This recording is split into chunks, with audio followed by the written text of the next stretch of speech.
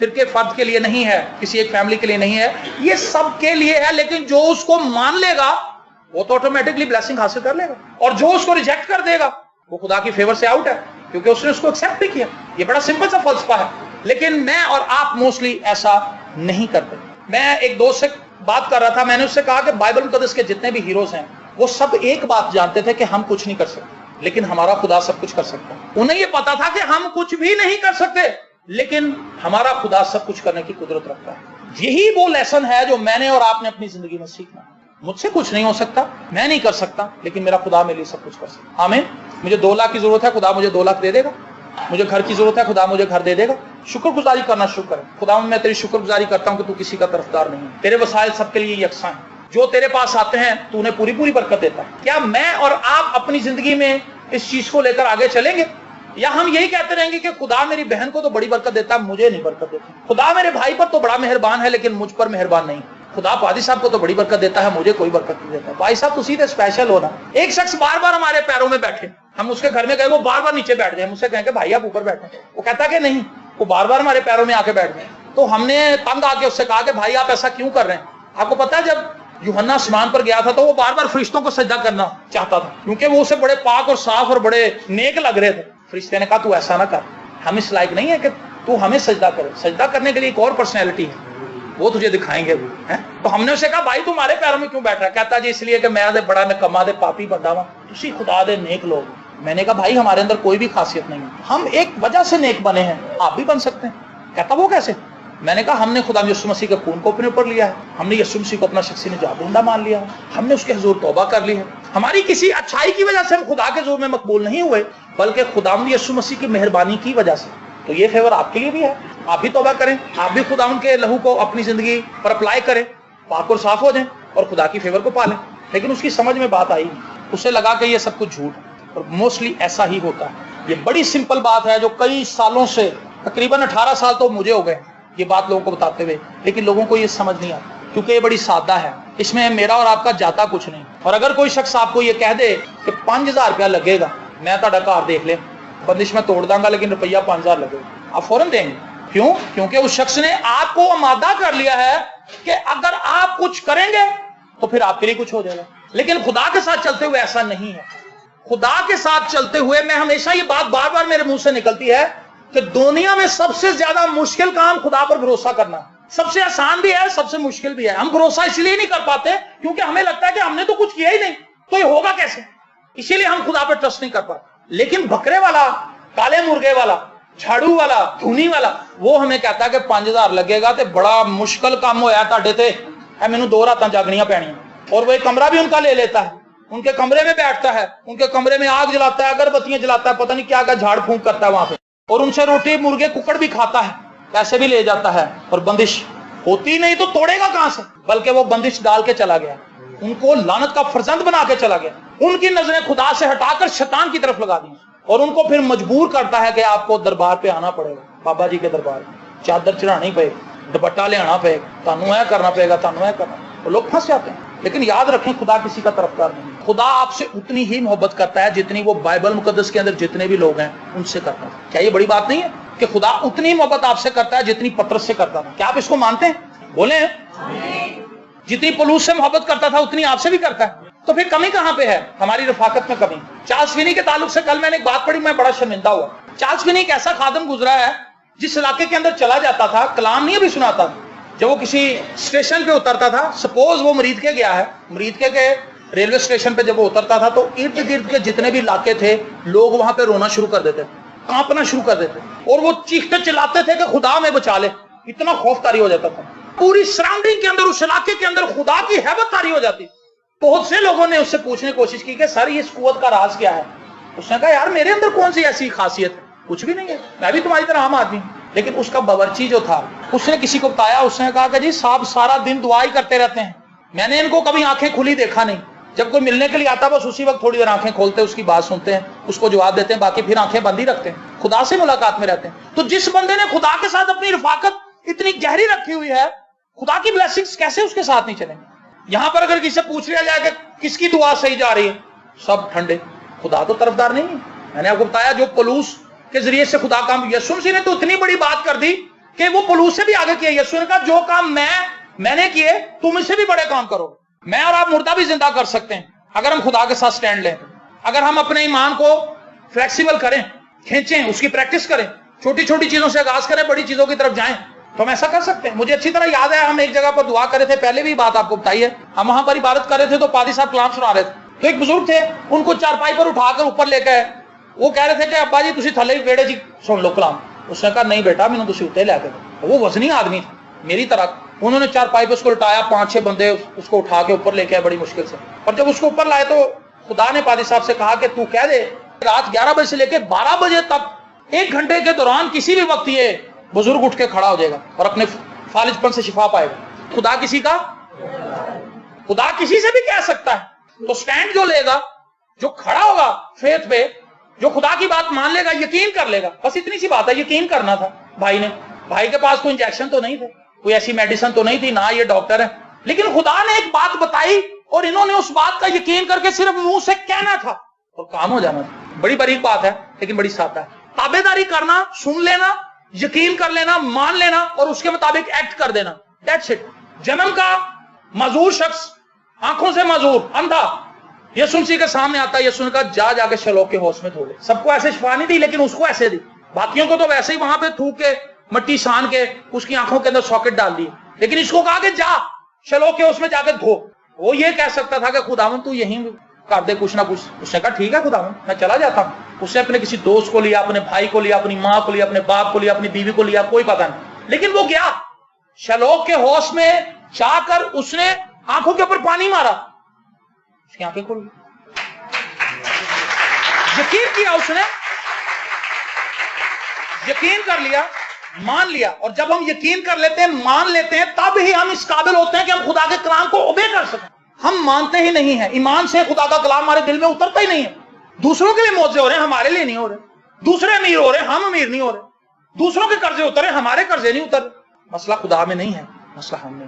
ہمارے رویے نہیں تبدیل ہو رہے, ہماری دل کی بٹرنس نہیں جا رہی, ہمارے جھوٹ نہیں جا رہے, ہمارے دل کی سختی نہیں جا رہی, بغض, حسد, اناد ہماری زندگی کے اندر سے نہیں جا رہی, سستی, کاہلی, نالائکیاں ہماری زندگی سے نہیں جا رہی. ہم ان کو نکالنا نہیں چاہتے, ہم نے ان کے ساتھ سمجھوتا کر لیا, ہم ان سے پیار کرتے ہیں, ہمیں لڑنا پسند ہے, محبت کرنا ہمیں پسند نہیں ہے. پنجابی میں کہتے ہیں ٹچکنا کرنی ہے سانو پسند ہے. ٹچکنے کرنی سمجھتے ہیں, لگا کے باتیں کرنی دوسروں. کسی کے گھر میں چلے جانا, کسی نے کھانے پینے کی چیز رکھ دی, اس کو کوئی بات لگا دی. بھائی وہ تو محبت کر رہا ہے آپ سے, وہ تو آپ کے سامنے چیزیں رکھ رہا ہے, کہتا ہے بسکٹ تمہیں لب دینے میں سے جدوں انہیں ٹک کھوا دیں. بھائی اس کی اتنی اوقات ہوگی, اس نے ٹک بسکٹ کھلا دی ہیں, چائے پلا دی, بڑی بات. اس نے محبت سے آپ کو اپنے گھر میں اتارا ہے, وہ آپ کو عزت دے رہا ہے, اپنی جیب اور حیثیت کے مطابق وہ آپ کی رسپیکٹ کر رہا ہے. کیا یہ مجھ پر اور آپ پر واجب نہیں کہ ہم بھی اس کی رسپیکٹ کریں؟ یہ وہ مسیحی رویے ہیں جو ہماری زندگی کے اندر ہیں ہی نہیں, اور ہم خدا سے بڑی بڑی برکات کی توقعات کر رہے ہیں, لیکن ایسا کبھی نہیں ہوگا. خدا میں برکت نہیں دے گا جب تک خدا یہ باتیں میں سکھا نہ لے. اور آج کلیسیاؤں کے اندر بنجر پن اسی لیے ہے کیونکہ ہم نے مسیحی اخلاقیات کو اپنی زندگی کے اندر قبول ہی نہیں کیا. ہم آتے ہیں حالا دعا کرتے ہیں اور معجزے کی توقع کرتے ہیں, چلے جاتے ہیں. میں یہ کہتا ہوں ویسی کلیسیا کو خدا برکت نہیں دے سکتا. روٹی لے آؤ, روٹی لے آؤ, روٹی لے آؤ. یسوع نے جب معجزہ کیا, شور مچا دیا, نان, مچھی. یسوع نے کہا ان کو 50 اور 100 کی قطار میں بٹھاؤ. پہلے 50 اور 100 کی قطاروں میں ان کو بٹھاؤ, انہیں ترتیب سکھاؤ, انہیں ڈسپلن کرو, دین معجزہ ہوگا. جب بیٹھ گئے 50 اور 100 کی قطار میں, پھر یسوع نے ان کے سامنے اپنے شاگردوں کو مچھلی اور روٹی دینا شروع کی اور انہوں نے بانٹنا شروع کر. خدا ترتیب کا خدا ہے. ہماری لائف کے اندر ڈسپلن ہے ہی کوئی نہیں. کب اٹھنا ہے, کب سونا ہے, کب جاگنا ہے, کب بیٹھنا ہے, کب کلام پڑھنا ہے, کب چرچ جانا ہے, کب چرچ لگتا ہے, کب گیت ختم ہو جاتے ہیں, کب کلام شروع ہوگا, کب ختم ہو جائے گا, کس کام کو کس طریقے سے کرنا ہے, ہمیں پتہ ہی کوئی نہیں. کارڈ کے اوپر کچھ ٹائم ہے, لوگ اینڈ پہ آ رہے ہیں, شادیاں لیٹ, سب کچھ لیٹ, بے ترتیب زندگی. لیکن خدا ہمیں ایسا نہیں دیکھنا چاہتا. آمین. تو یہ بات سیکھ لیں کہ جب تک ہم اپنے آپ کو ڈسپلن نہیں کریں گے خدا کے کلام کے مطابق, خدا میں بلیس نہیں کرے گا. خدا طرفدار نہیں ہے, خدا برکت دینا چاہتا ہے. لیکن میرا سوال یہ ہے, کیا ہم برکت لینے کے قابل ہیں؟ کسی اپنی اچھائی اور صلاحیت سے نہیں, ان باتوں سے جو خدا ہمارے اندر ڈالنا چاہتا ہے. آپ نہیں جلدی اٹھ سکتے, خدا سے کہیں خدا میں نہیں جلدی اٹھ سکتا اور میری زندگی کے اندر یہ ناکامی ہے لیٹ اٹھنے کی وجہ سے. خدا میں جھوٹ بولنا نہیں چھوڑ سکتا, شیخی بازی نہیں چھوڑ سکتا. شیخی بازی آپ کو پتا کیا ہے؟ ایک شخص بیگ لے کے آیا کسی آفس میں اور وہ کھڑا ہو گیا آ کے, دوسرا بندہ فون پکڑ کے باتیں کیے جا رہا ہے. ہاں ٹھیک ہے, 2 لاکھ ادھر پہنچا دو, 3 لاکھ ایسے کر دو, بڑی چھوڑ رہا. اب اس نے دیکھا کہ 5 منٹ اس کو کھڑے ہوئے ہو گئے میرے ٹیبل کے سامنے، تو فون پہ ہاتھ رکھ کے کہتا کہ جی جناب میں آپ کی کیا خدمت کر سکتا ہوں؟ اس نے کہا سر میں آپ کا فون ٹھیک کرنے آیا ہوں، میں لائن مین۔ سمجھ آئی بات؟ فون ڈیڈ ہے، ڈیڈ فون کو پکڑ کے اس کے سامنے شیخیاں پکار رہا ہے۔ اس نے کہا یہ تو خراب فون ہے، میں تو کھڑا ہوا فون ٹھیک کرنے کے لیے، آپ کے آفس سے مجھے کمپلین آئی تھی کہ آپ کا ٹیبل کے اوپر جو فون پڑا ہے وہ خراب ہے۔ کتنا ذلیل ہوا ہوگا آدمی، شیخی باز آدمی، جھوٹا ہوتا ہے، فریبی ہوتا ہے۔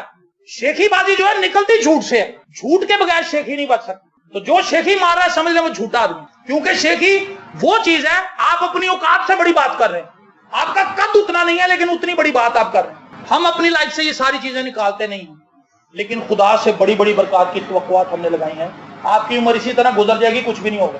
سن لیں، یہ سخت بات کر رہا ہوں، میں اپنے لیے بھی کہہ رہا ہوں، خالی آپ کے لیے نہیں کہہ رہا ہوں۔ ہماری زندگیاں اسی طرح گزر جائیں گی، لیکن ہم خدا کی موسٹ ہائی بلیسنگز کو ٹچ نہیں کر سکیں گے، کیونکہ ہم نے اپنے آپ کو لکھا ہے نہ ہو گھوڑیاں خچراں وانگ تو کچھ بھی نہیں ہے سمجھ ہونا۔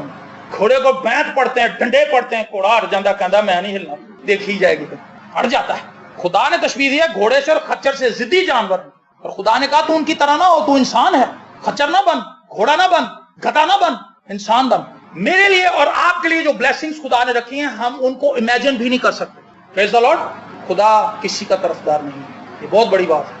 آپ وہ کچھ کر سکتے ہیں جو کسی نے نہیں کیا، خدا آپ کو پورے وسائل دے گا۔ اگر آپ یہ یقین رکھتے ہیں کہ خدا میرے ساتھ ہے، میں کچھ بھی کر سکتا ہوں، تو پھر آپ آگے بڑھیں ایمان سے، اپنی لائف کو چینج کریں، اپنی زبان کو بدلیں، اپنے خیالات کو بدلیں، اپنی سوچوں کو بدلیں، خدا کے کلام کو جتنا زیادہ اپنی لائف کے اوپر اپلائی کر سکتے ہیں کریں۔ یہ 5 منٹ کی 10 منٹ کی پڑھنے والی کتاب نہیں ہے، 5 منٹ پڑھ لیا، 10 منٹ پڑھ لیا، کہتا بھائی صاحب میں آج کل 2 بار پڑھ رہے ہیں ڈیلی، شکر ہے خدا۔ اسمتھ وگلسورتھ کے تعلق سے میں نے پچھلی دفعہ بھی آپ کو بتایا تھا، اسمتھ وگلسورتھ نے اپنی پوری زندگی میں صرف بائبل مقدس پڑھی، ایک سنگل کتاب اس نے بائبل مقدس سے ہٹ کے نہیں پڑھی، صرف بائبل۔ نہ وہ ٹی وی دیکھتا تھا، نہ وہ ریڈیو سنتا تھا، نہ وہ اور کاموں میں مشغول تھا، صرف بائبل پڑھتا تھا۔ کلام میں زندگی ہے، لیکن ہمارے اندر تو کلام ہے ہی نہیں، ہمارے اندر تو پتہ نہیں کیا کیا بھرا ہوا ہے، لیکن توقعات بہت بڑی بڑی۔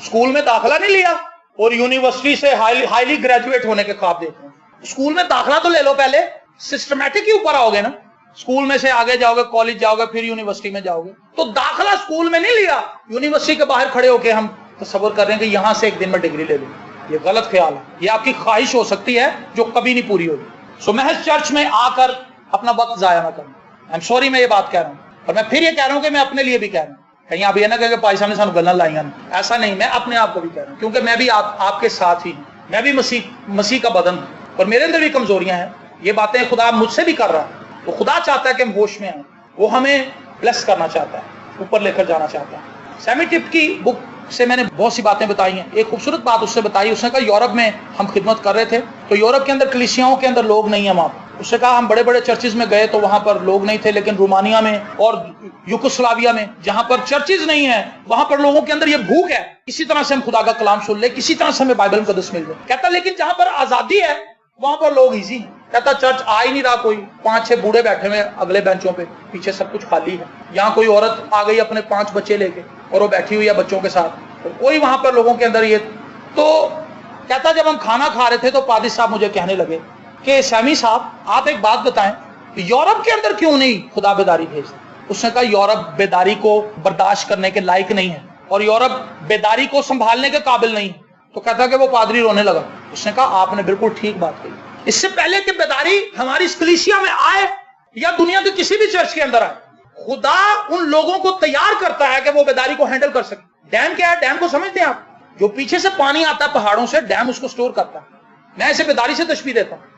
اگر آپ کے پاس ڈیم نہیں ہے تو بیداری آئے گی، چند لوگوں کو دھوئے گی، چند لوگوں کے معاوضے ہوں گے، چند فیملیز بلیس ہو جائیں گی، بیداری گزر جائے گی، کیونکہ آپ کے پاس اسے سٹور کرنے کے لیے کوئی چیز ہی نہیں ہے۔ سیلاب آتا ہے ہمارے پاکستان میں، سب کچھ بہا کے لے گئے۔ امریکہ کے اندر سیلاب آتے ہیں لیکن وہ اتنی تباہی نہیں پھیلاتے کیونکہ انہوں نے اپنے تمام دریاؤں پہ 3-3, 4-4, 5-5 ڈیم بنائے ہوئے۔ وہ اس بات کو سمجھتے ہیں کہ دریا کا پانی سمندر میں کیوں جاتا رہے، ہم اس کو سٹور کریں، اور جب ہمیں ضرورت پڑے گی کہ ہماری ضرورت کا نہیں ہے ہم اس کو ریلیز کر دیں گے، سمندر میں پھینک دیں گے۔ لیکن ہمارے پاس جو کچھ بھی آتا ہے سیدھا سمندر میں ہی جاتا ہے، کیونکہ ہمارے پاس سٹور کرنے کی کوئی۔ یہ ہماری ملک کی حالت بھی ہے، یہ ہماری کلیسیاؤں کی حالت بھی ہے۔ سو خدا چاہتا ہے کہ وہ ہمیں تیار کرے اپنی خدمت کے لیے، اپنے نام کو عزت اور جلال دینے کے لیے یوز کرے۔ کیا آپ خدا کے جلال کا برتن بننا چاہتے ہیں؟ اگر آپ ایسا چاہتے ہیں تو آپ کو یہ یقین کرنا ہوگا کہ خدا مجھ سے اتنی ہی محبت کرتا ہے جتنی وہ اپنے بیٹے سے کرتا ہے، یسوع سے بھی اتنی ہی محبت کرتا ہے جتنی آپ سے کرتا ہے، مجھ سے کرتا ہے۔ اس چیز کا یقین کرنا ہوگا، اور جب آپ اس چیز کا یقین کر لیں گے، میں نے ایک دفعہ ایک شخص سے بات کی، وہ ہنسنے لگا۔ میں نے اس سے کہا میں اس لیے گناہ نہیں اب کرتا کہ مجھے جہنم سے ڈر لگتا ہے، میں اس لیے گناہ سے خوف کھاتا ہوں اور لرز جاتا ہوں گناہ کرتے ہوئے۔ میں یہ نہیں کہتا کہ میں بہت ہی پاک ہو گیا ہوں، مجھ سے گناہ ہوتے ہی نہیں، میں بولنے میں بھی خطا کر جاتا ہوں، مجھ سے اور بھی کام ہو سکتے ہیں جو میں غلط کرتا ہوں، لیکن اب میں اس لیے ڈرتا ہوں کہ میرے خداوند کا دل دکھے گا۔ یہ جہنم سے زیادہ خطرناک چیز ہے، جہنم کی آگ سے، کہ وہ خداوند جس نے میرے لیے صلیب پر جان دی ہے، میں اپنی باتوں سے، اپنے کردار سے، اپنے کاموں سے، اپنی گفتگو سے، اپنی حرکتوں سے اس کو ذلیل کر رہا ہوں۔ یہ جہنم سے زیادہ کرب ہے، جس کو سمجھ آ جائے، اور جس کو نہ سمجھ آئے اس کے لیے تو سب کچھ ٹھیک ہے۔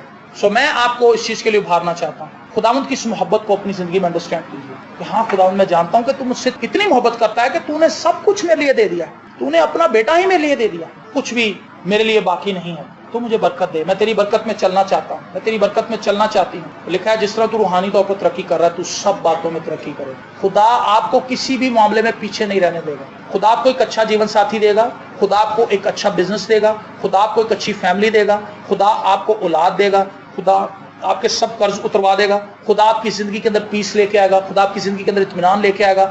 ہر ایک چیز جو آسمان میں اچھی ہے خدا مجھے اور آپ کو دینا چاہتا ہے۔ Hallelujah, are you ready to receive?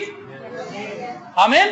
اگر آپ تیار ہیں تو پھر اپنی آنکھوں کو بند کیجئے اور اپنے تمام شکوک کو دور کیجئے، خداوند سے کہیں کہ خداوند میں تیرا شکر گزار ہوں کہ تو کسی کا طرفدار نہیں، تو مجھ سے بھی ویسی محبت کرتا ہے جیسی تو یسوع سے کرتا ہے، تو مجھ سے بھی ویسے ہی پیار کرتا ہے جیسا پولس سے اور تمام بائبل مقدس کے ہیرو سے کرتا ہے۔ میں تیرا شکر گزار ہوں کہ تو طرفدار نہیں ہے، تو کسی کی فیور نہیں کرتا، لیکن جو تیرے پاس آتے ہیں، تیرے حضور آ کے اپنے دل کو ڈیل دیتے ہیں، تو ان پر اپنا آسمان کھول دیتا ہے۔ آج مجھ پر بھی اپنا آسمان کھول دے، آج مجھ پر بھی اپنی برکات کو نازل کر دے، اور خدا مجھے اس قابل بنا دے کہ میں تیرے فضل کو سمجھ سکوں، میں تیری مہربانی کو سمجھ سکوں، میں اپنی زندگی کو خدا اس دھارے میں لے کر آگے بڑھ سکوں جو تیرے کلام کے مطابق ہے، جو تیری مرضی کے مطابق ہے۔ سب دعا کرنا شروع کریں۔